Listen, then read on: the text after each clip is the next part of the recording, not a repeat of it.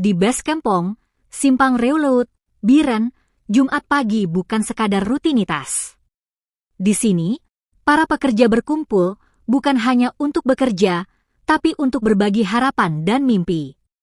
Secangkir kopi menemani mereka menanti truk dari Jakarta dan Medan. Truk-truk ini bukan sekadar pengangkut barang, tapi pembawa rezeki bagi keluarga tercinta. Sambil menunggu, Base Camp Pong menjadi ruang cerita.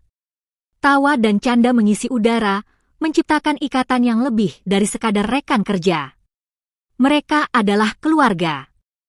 Kedatangan truk adalah puncak dari penantian.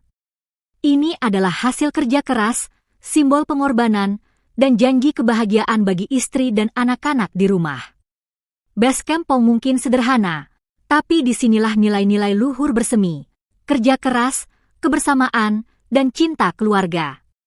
Jumat pagi di tempat ini adalah pengingat bahwa kebahagiaan sejati adalah ketika kita bisa memberikan yang terbaik bagi orang yang kita sayangi.